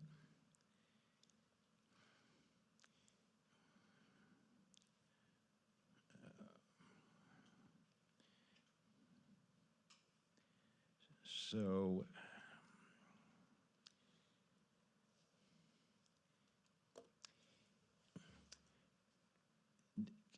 Colin, this is a question, and Kevin, jump in if you know this answer. I'm just more curious. So, the Norco College bond that passed here in this last election, and they were or what we were being told that would anticipate an increase of $100 and some per year on our property taxes. Is the county area a little different? I'm just asking, did you folks vote on that college bond? Are you impacted by that? Okay. Okay, so it's part of that district. So when all of our property taxes go up this fall, it's for that college bond. It's okay, so we all voted on that.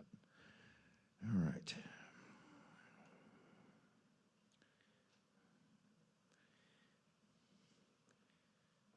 I think that's about all I have. Colin, is there any other comments, any notes that you have that, is there something that we should have asked that we didn't ask? No, Mr. Mayor. Okay.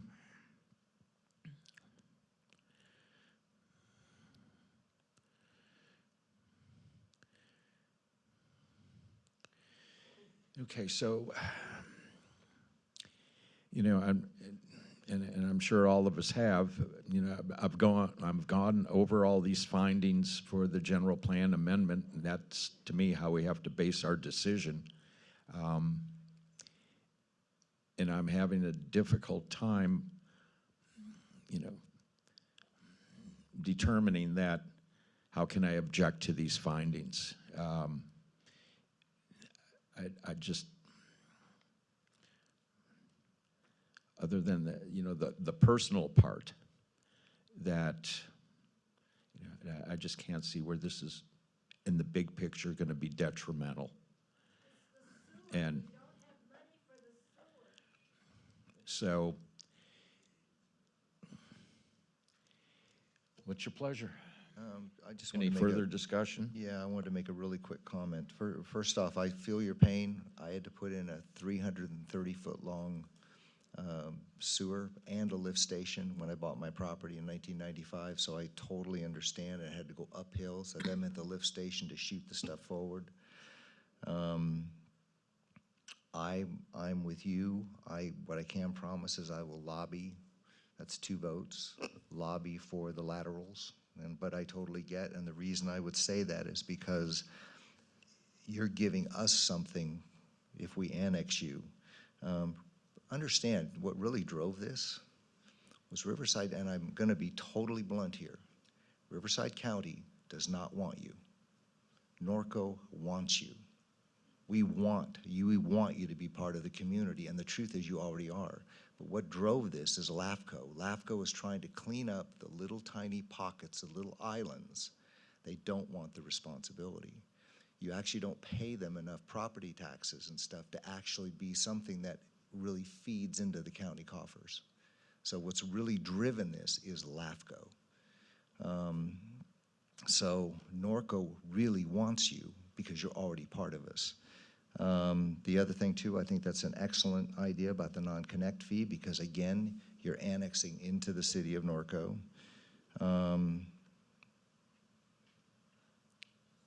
And I think too that the idea that Lake Matthews is now your substation is really odd because practically speaking, it means that we are going to be really the ones that are going to be providing you the services. And there is a cost to that.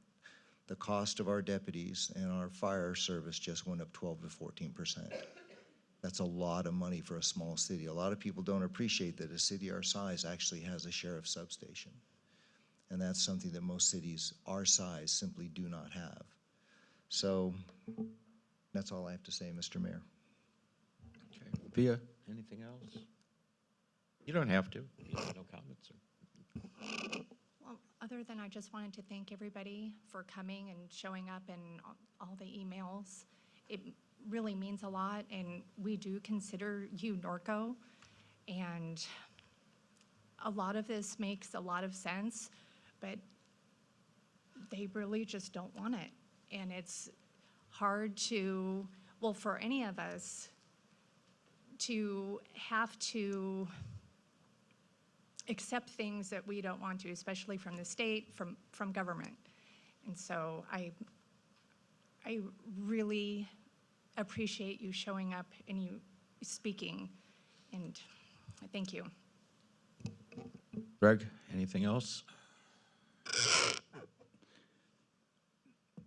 I know I keep hitting on sewer, but if we vote yes to annex you in and you're not hooked to the sewers, we're going to cost you anywhere from let's just use $30,000 just to come to the city. Now, you're not gonna have to pay that until you sell your property. And I'm not, that's not what we're in business for. And that's my opinion. I mean, it's only my opinion. If we vote to do that and you don't get guarantees from people up here, those laterals should be in. We have paid for laterals for the rest of the city to have laterals going to their house. And the only reason a lot of houses didn't get them in the city is because we had real poor supervision. You guys don't fall into that because you were never part of the city. But as far as us getting you to come into our city, that should be something that we have to do. It may be a long-term thing, but we shouldn't have to make you pay the cost to come into here, because I'm gonna be your representative. I'm gonna start right now, but I really love you guys. I want you guys to be a part of our city, because I love Norco. Everybody up here loves Norco. Robin loves Norco. We all do. And I don't want you to think any less of these people, because these are the most awesome council people I've ever met. I mean, I would take a bullet for each and every one of these guys. And they know that I feel a certain way, and I'm gonna say it. But I do not want an extra cost. The water's in, great. But as far as, and I can't do anything about taxes. You know, maybe we can fix that by voting a certain way in 26. But as far as laterals go, if I have to, I'll get a bigger stool to stand on, because I think we should do it, and it could be a long-term, because we have sewer upgrades going, and that could be something we could put down in the future, but we shouldn't make you guys pay. Now, the laterals, you know, hooking up to the laterals, I had to hook up to mine when I bought my house. You know, Kevin had to hook up it was long distance. And there is actually a code or an exception, and this would be for Elma or for Sam. If you're so many feet away from your lateral, or the lateral doesn't make it quite your property, so I'm not gonna speak to that because I don't know it, there's an exemption. And the gentleman in the back, he may not apply for that. That's something that we have to look into. But it's hooking up to laterals, that's your responsibility. That goes, you can put that on your closing costs when the property sells. You won't be asked to hook up to sewer until you sell. But as far as the laterals go, they should be there. And that's just the way I feel. But I don't want you to think every one of these people up here, and Robin, fight for this city. And I'm just learning because this is my first year. And like I said, I would take a bullet for each and every one of these people, because that's all they do is sit up here and fight every day. And I really hope, you know, whether you guys come a part of this, you're still Norco to us. So that's all I got. Thank you. Thank you. I have a comment. The people that have already hooked up to sewer, then, that means we get a rebate. Yeah, I got it right here. So, thank you, Councilmember Bowen. It's one of my concerns that I brought up earlier, to make that type of commitment.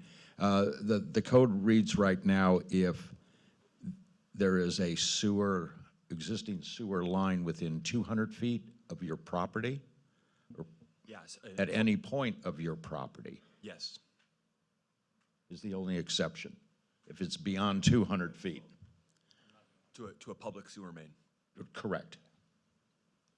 So, and I think in most of these cases, that sewer is within 200 feet.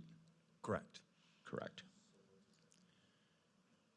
That you would, if you're over 200 feet away from a sewer connection, any point on your property, then you don't have to connect to sewer, okay?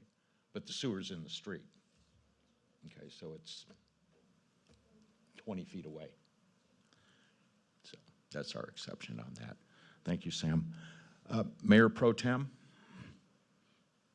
anything else? Thank you, Mr. Mayor, if you don't mind, I'm going to ask you to do me a favor. can you explain, you mentioned like you just can't make the findings, and I know what you're talking about when you say you just can't make the findings. Would you mind going to that section and reading those for folks so that they understand like where our decisions are based off, or like what our legal requirements are as far as when we're making those decisions? Okay. Robin, if you don't mind, I'll ask the city attorney to go to the resolution and let that come from the city attorney. Sure, Mr. Mayor, they're That'd actually. be like on Resolution 25-51. These are the, with land use, we have to make certain findings. We either agree or disagree with the findings, the legal findings, and then that is how we have to base our decision. It's takes the emotion out of it, basically. And Colin, you can describe anything more on a land use basis on the findings, but we have 4 findings that we have to make our decision on, yay or nay. That's correct, yeah, and that's legislation provides the framework for decision-making, and council determines to vote for these resolutions. The council needs to make a finding on certain matters. This is for the first resolution. There are 3 actions. Each of the actions has slightly different findings. This is just an example of one, and this is for the annexation resolution. The council has to find that the subject territory is adjacent to the city of Norco and within the sphere of influence. The subject territory can feasibly and reasonably be provided services by the city of Norco.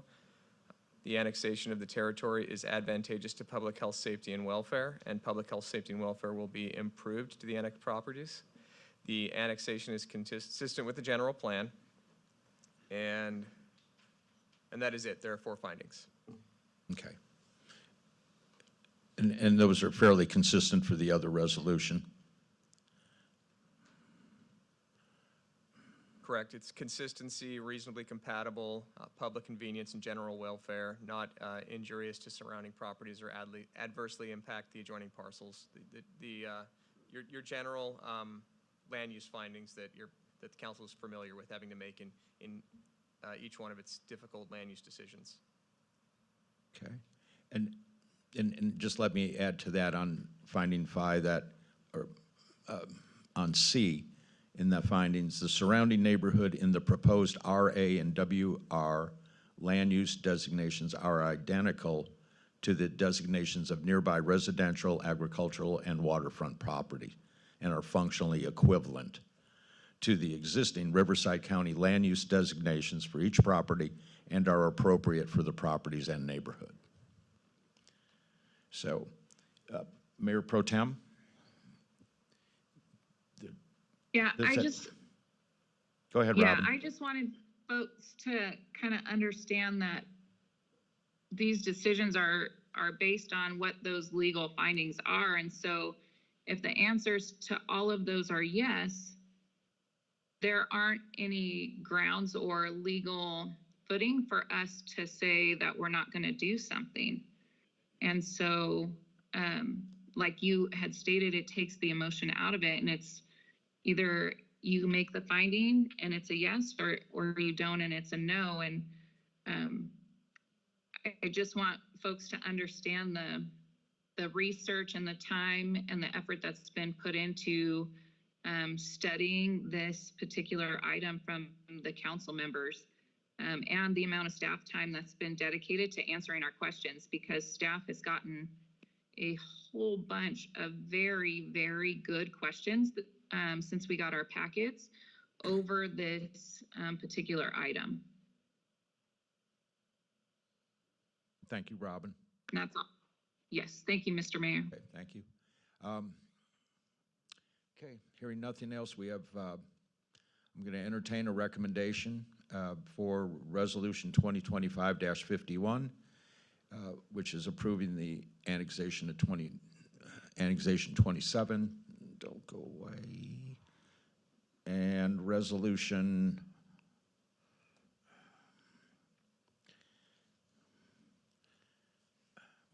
this thing? The recommendations are on the screen, sir. Okay, good, thanks. Thank you, Mr. Mayor. Staring at this thing that locked up. Mr. Mayor, one of the actions is a ordinance, so if I could read title. Yeah, you want to just Also- go ahead and read them all? I will, and if council will indulge me for this matter, I'm going to recommend we do a roll call vote. Okay. This is adopt resolution number 2025-51, approving annexation 27 and authorizing that an application be initiated with the Riverside LAFCO. Adopt resolution number 2025-52, approving general plan amendment 2023-1, and adopt ordinance number 1132, approving zone change pre-zone 2023-01. And the title is, this is an ordinance number 1132, an ordinance of the City Council of the City of Norco, California, approving zone change 2023-01 to pre-zone approximately 56.82 acres of territory north of Bluff Street and west of River Road in the County of Riverside to be annexed to the City of Norco as part of Annexation 27.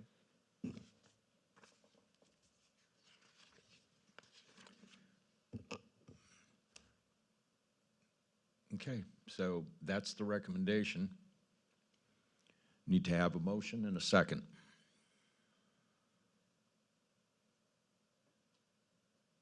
Colin, do these have to be 3 separate motions? No, Mayor Pro Tem, they can all be done as one motion. It would be to move the recommended action. Mr. Mayor, I move the recommended action. Do we have a second? Second. We have a motion and a second. This is for approval. Yes, and I will call the votes, Mayor, Okay. just a moment. Councilmember Sullivan? Councilmember Bowen? No. Councilmember Bash? Yes. Mayor Pro Tem Grundmeyer? Yes. Mayor Newton? Yes.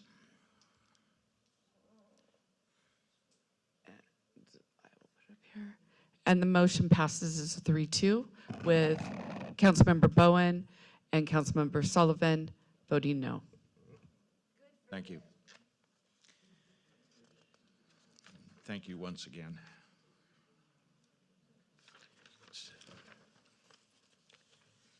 Okay.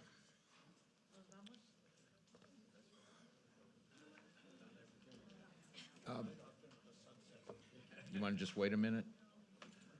Clear the room?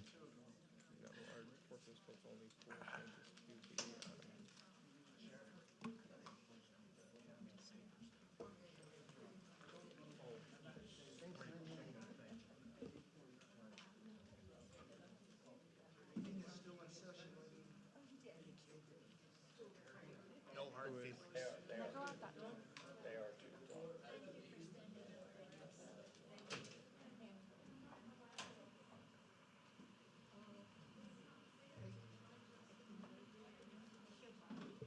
Mayor Newton, do you want to continue with the meeting?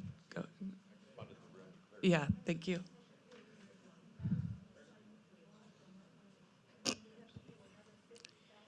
Let's go ahead. This is time for City Council and staff communications. Dana? I have nothing, Mayor. Thank you. Okay. Alejandra? Yes, Mayor, thank you. I just want to share with everyone and remind everyone they're invited to attend our final concert of the summer. It is at Pikes Peak Park this Friday, and it is a Garth Brooks tribute band, so we hope to see everybody there. And just a friendly reminder that we also have tickets for Day of the Cowboy available. General admission is still available. They're purchasable online through our city website. Thank you. Okay. Which council member is signed up to be the MC for Garth Brooks' concert this Friday? Councilmember Bash. But anybody who wants to join me on stage is totally welcome. Since we all like. Okay. Kevin's going to do it. All right. Sam. Yeah, it's just one thing. The work at Norco Square, Hamner Avenue continues. They'll be working tonight due to the constrictions to the Norco College. Tonight will be their last main job as far as the work done. They'll have all the base course in, and then on Friday, they'll be capping the entire street. And then probably a week following there, they'll be done with the striping, and then within a couple of weeks, they'll be moving on to 3rd Street. Good. Appreciate it. Keep an eye on them. Okay. Colin? Anything? Can you come back to me, Mr. Mayor? Sure. I'll come back to Alma, too. Amanda? Okay. Joshua? No comments at this time, sir. Thank you. We got money in the bank? We are good, sir. All right.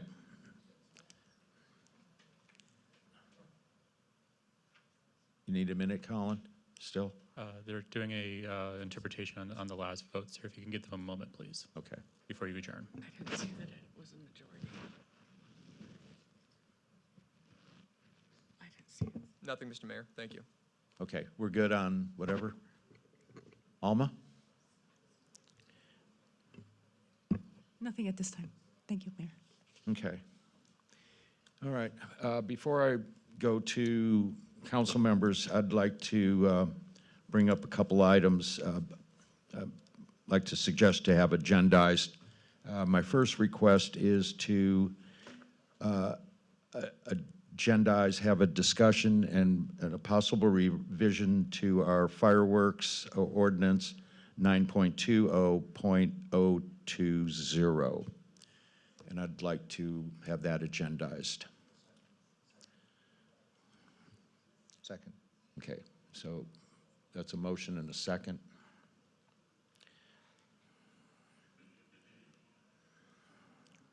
Councilmember Sullivan? Yes. Councilmember Bowen? Yes. Councilmember Bash? Yes. Mayor Pro Tem Grundmeyer? No. Mayor Newton? Yes. Motion passes for discussion on fireworks. Thank Okay. you. On that ordinance number. And the other item, to ask staff, I think we could do this at a staff level before it comes to us, is for staff to agendize, to move forward with a discussion on process for trail dedications. Can you elaborate on that?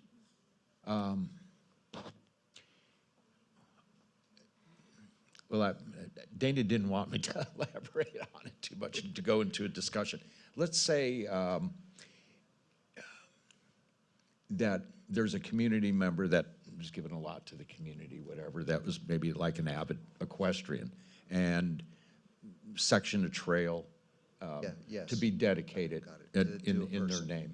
Okay, yes. Yeah, and with certain criteria. We have criteria for naming facilities, but this would be something that would probably have to be similar pattern to, and then have that also reviewed by the Streets and Trails Commission. Yes. Yes. Okay. So is that a second? Yes. Correct. Okay. Councilmember Sullivan? Councilmember Bowen? Yes. Councilmember Bash? Yes. Mayor Pro Tem Grundmeyer? I am super torn. I'll say yes for discussion Okay, only. thank you. Mayor Newton? Yes. And Robin, I understand your concern because I don't want it to open up a can of worms, but I think I know what your hesitation could be. Well, you probably just did. You probably just did, Right. but it's fine. The motion does pass. Well, for discussion on process for trail Right. dedications. Thank you. Councilmember Bowen, anything? No, I'm good. Thank you. Okay. Fia? Okay. Kevin? Yeah, a couple of things. Sam, I got a complaint today that the flagmen were improperly dressed, and I didn't confirm it because when I've seen them, they seem fine. But at the corner of 3rd and Hamner, the Frontier Project, that flagmen were not flagging correctly, and They If you weren't could- out there today. if you could just look, I mean, no, I know they weren't there today, but Okay, yeah, but it was a complaint that I got from somebody that sent me a message, and like I say, every time I had seen them, they seemed fine to me. But they said they weren't wearing their vests and stuff like that, which, if we could just look into it. And then, as we all know, we have some large plots, and one of the properties that I have a concern about is right adjacent to the Navy base off 4th Street. And I am wondering if it might be worth a discussion to see if we should put together a task force that maybe we begin to seek out senior housing for that location, because it would be low income. Some of the architectural stuff that we've come up with is just killer. It's a perfect location. You've got the dialysis, you've got stores. The whole reason why that senior center is so successful. And that way, they tend to keep them up. They tend to get federal funding. They tend to get a lot of different things. And I'm wondering if maybe we could just have that discussion, whether or not to put something like that together to see if that's something that we could plan that would have less impact on the community. And it would also help our RENA numbers. So that's a motion just for a discussion, just a discussion. I'll second.